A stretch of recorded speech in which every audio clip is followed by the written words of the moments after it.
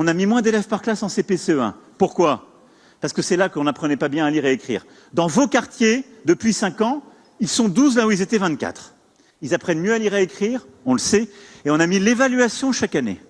Cette évaluation, elle nourrit ensuite les projets pédagogiques. Ils arrivent au collège. Qu'est-ce qu'on fait au collège?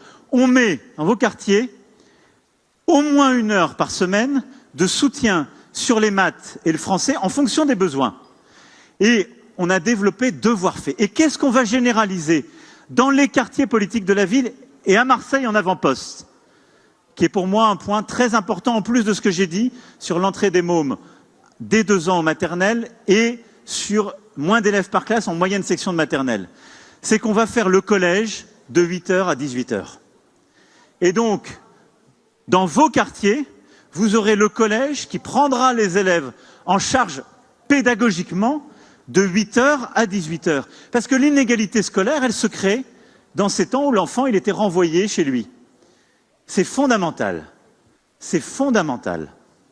Et on le fait comment? Il y a une politique France entière où on dit on remplace les profs absents. On perd des millions d'heures d'enseignement par an.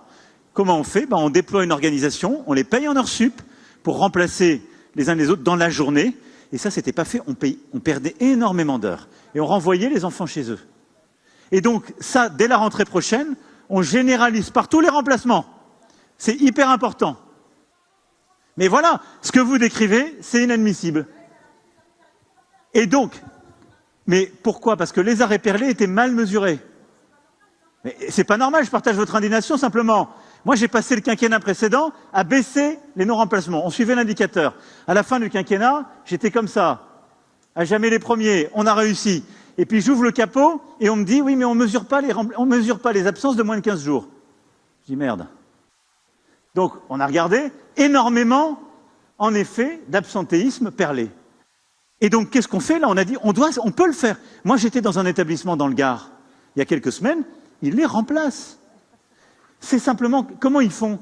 On a une application qui est faite entre les profs, il y a une obligation de suivi, et on rémunère le prof de maths qui prend l'heure de français, il est rémunéré en heures sup, il est dans ce fameux pacte qu'on a mis en place.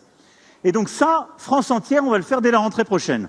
Mais en plus, dans vos quartiers, on va accroître le dispositif qu'on appelle devoir fait, et ça, les profs et les équipes pédagogiques vont être rémunérés en plus pour cela, pour permettre de 8h à 18h d'être avec les enfants, de mieux leur apprendre, contenu pédagogique, soutien scolaire adapté, mais aussi pratique sportive et éducation artistique et culturelle qui est hyper importante.